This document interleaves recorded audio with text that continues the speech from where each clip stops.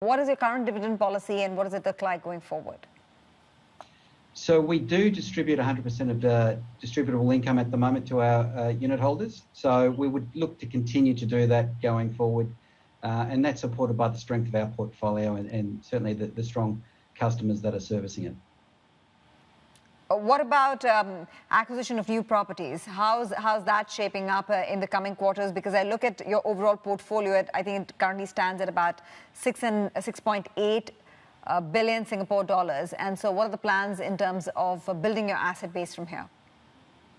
So we've just had a revaluation of our portfolio. So it's now around about 7.3 billion in value. Going forward, we're fortunate that we've got a number of avenues of growth. It could be through our ROFA that we have, our right of first refusal over our sponsors pipeline, which is in excess of 5 billion Sing dollars, but also the opportunity for acquisitions both through the third-party market, which we have done already this year, as well as acquisitions through development. And development's an angle that we're looking at quite closely, both with the sponsor as well as potentially through third parties. And regionally, where are you looking to expand? Because obviously you have presence in Germany, UK, Singapore, Australia, Netherlands. I would look to grow in the markets that we're in at the moment. I think that there's still good depth of assets available in those markets, both through development from our sponsor as well as on market. So I would look to see continued growth through Australia, Germany, the Netherlands, and in the UK, probably more so leaning towards industrial though.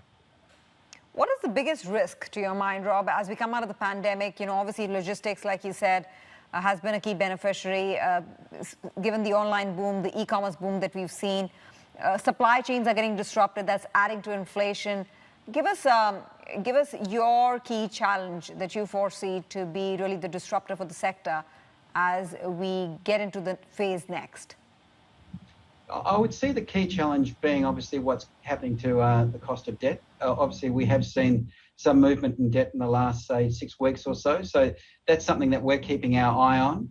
Also, I suppose from an office occupancy viewpoint, people are working from home at the moment, and we're just making sure and watching what's going to happen to office occupancy going forward as people start to return back to work post the pandemic. I also want to get your thoughts on the big opportunity that you see within logistics.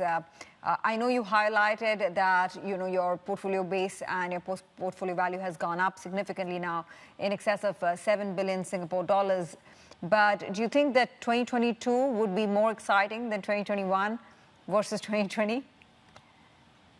Well, certainly 2020 and 2021 have been good to the logistics sector. So I still think that there's further opportunity and further growth in the logistics sector. There is very good demand, obviously, from the e-commerce sector, good demand from logistics providers in general. So I think that those tailwinds will continue back through into 2022.